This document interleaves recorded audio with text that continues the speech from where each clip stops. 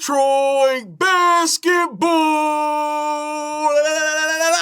Bro, the Pistons, I mean, my goodness, what a pleasant surprise. Welcome back to being a 500 team in the NBA. It's been quite some time. As I record this video, the Pistons have a record of 22-21, the 9th seed in the Eastern Conference, and though for the totality of the year, the numbers don't look that great, but over the last 15, the Pistons have been in elite conversation, winning 11 out of their last 15 games, an offensive rating of 115, a defensive rating that is teetering around 112, and a net rating of 3.4, all of which are top 10 status within this 15-game sample size across the league, which is pretty impressive if you ask me, especially from a team that just a year ago was historically bad, like really bad. Detroit was only able to accumulate 14 wins, worst record in the Eastern Conference, had a net rating of nearly -10, which at that point you were teetering in historically bad territory, but obviously the topic of discussion all last season was the 28-game losing streak that they were on that tied for the worst in NBA history. So I must say that it's pretty refreshing to see Detroit having a winning record this deep into the season, because just a year ago at this point, they had a record of only 3-39, and in a much bigger picture, this is the first time that we've seen Detroit be this successful this deep into the year in the last 7 seasons. And just in case you're wondering what was going on back then in 2018, 2019, that's when the Pistons were rolling out their all-star duo of Andre Drummond and Blake Griffin. That one year where Blake went out there getting around 24, 25 points and 9 rebounds, showing the rest of the world he was more than just a dunker. He had the handles, he had the passing, he had the jump shot. Definitely, and I do mean definitely, had a lot of Pistons fans pretty high on what was going on.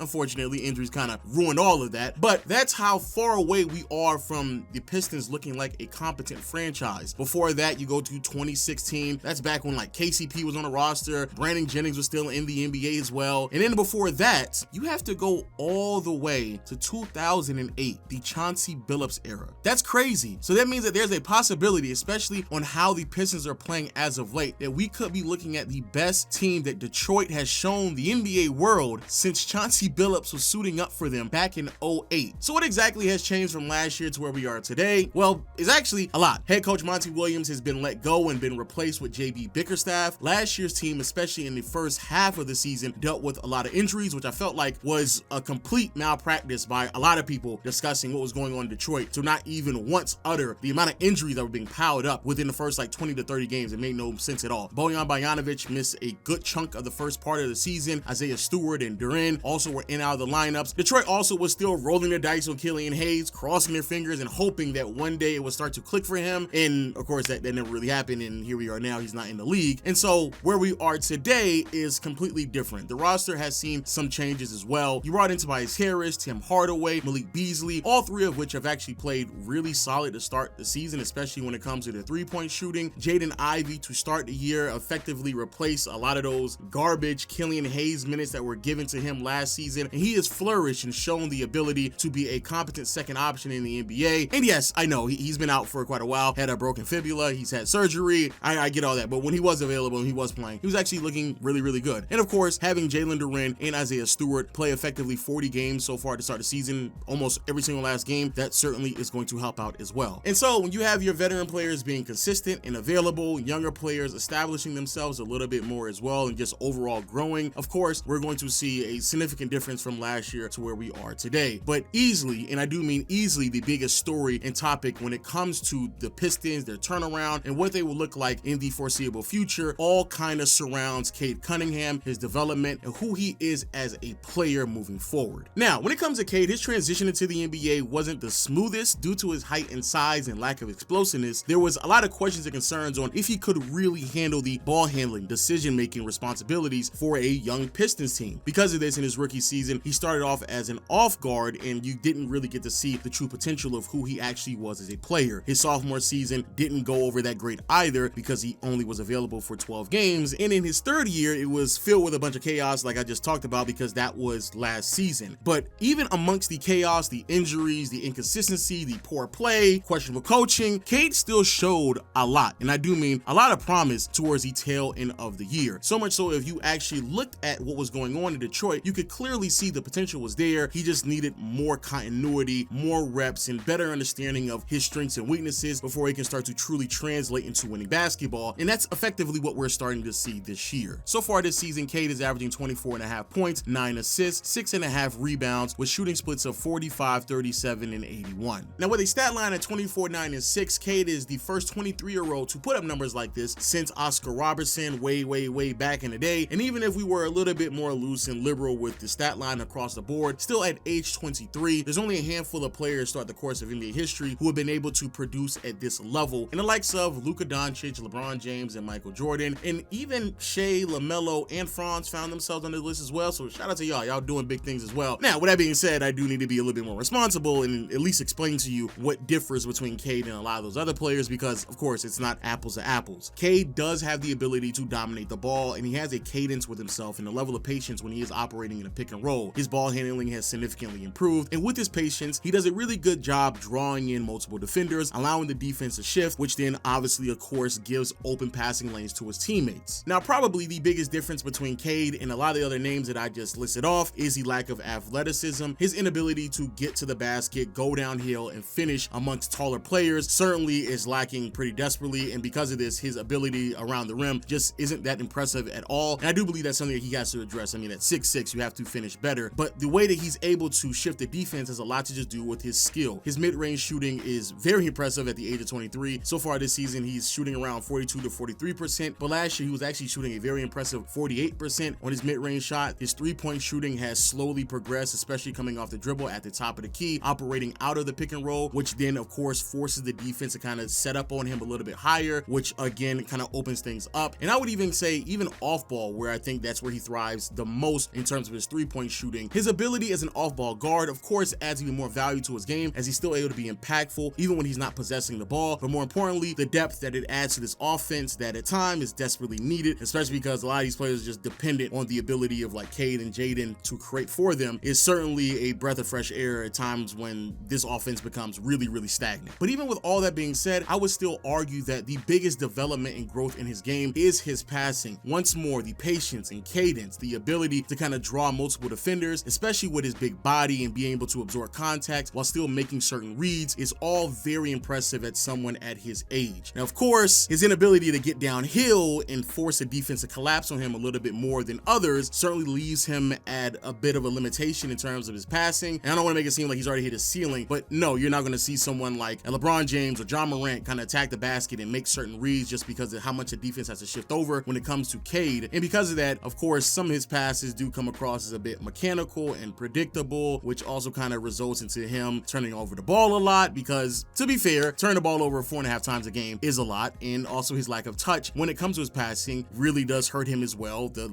type of lobs that he tries to throw, completely ill-advised, but you can still at least see a lot of the promise in terms of his passing and reading ability. And if anything, I would dare argue that level of growth that we've seen from him this year in contrast to where he was at in the beginning of his career is very promising and also very needed because of the lack of athleticism. He's never going to be someone like Bron or Giannis or the other players that have the ability to shift the defense just solely off of their athleticism. That's never going to happen. He's going to have to model his game around a Luka or a James Harden, players who can get downhill, can get to the rim, finishes really well, but the reason why those driving lanes are constantly open is because of the level of manipulation that they can do from a ball handling and passing standpoint. Hey, quick sidebar, I don't think I did a good enough job in this portion of the video explaining what exactly I'm trying to convey, because it certainly just comes off as if like I'm just trashing Cade about his turnovers, which are bad. However, what I'm trying to explain and shed light to is his growth and development and at least acknowledging what's happening on the floor. The best example of this is when he's running two-man game and pick and roll,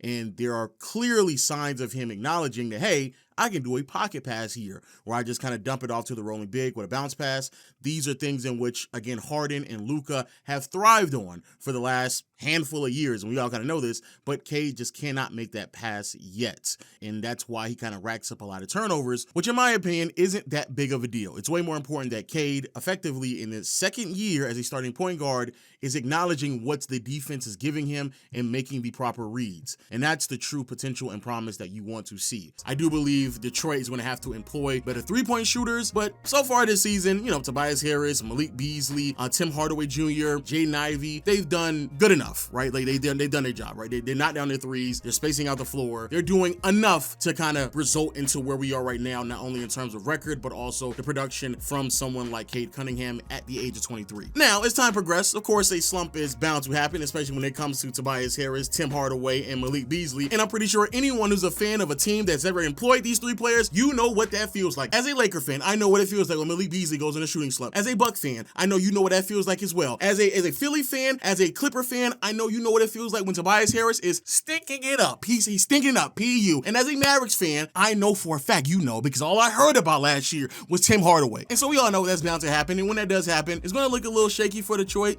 Definitely going to look a little shaky for Cade. And because of that, I do believe that the Pistons are going to have no other choice but to employ real shooters and kind of build similar rosters that we saw around James Harden and what we're seeing right now around Luka Doncic throughout the course of their years, if you really want to maximize who Cade is going to be as a player. I actually believe, due to his height, size, his length, athleticism, he does have a higher ceiling on the defensive side of the floor. And to be even fair to Detroit, if Jaden Ivey really is the player that a lot of people hope and wish he can be, you may be even slightly ahead of the curve of finding that dual ball handling, passing playmaker type of archetype to put alongside someone like a Cade, very similar to what we see out of Kyrie Irving and Jalen Brunson around Luka Doncic, and what we saw with Russell Westbrook and Chris Paul around James Harden, even Kyrie Irving as well around James Harden out in Brooklyn. You could potentially already be down that right path and just continue to put great three-point shooters surrounding him. But even if I'm getting a little bit ahead of the curve, it's still really, really great to see Cade panning out to be this caliber of player, as well as the Pistons turning their fortune around. Because for a very, very long time, it certainly felt as if like this was a franchise that was heading nowhere really, really fast. And more importantly, because the success is being led by a bunch of 20-year-olds, it's certainly going to be much more sustainable than what we saw about 7 years ago in terms of Blake Griffin. But now when you have Cade, Ivey, Stewart, Asar, and Jalen Duren, all of which are under the age of 25 years old, it definitely seems like this potential, if it is met and reached, it can be much more long-lasting than just a blimp in Pistons history, which, of course,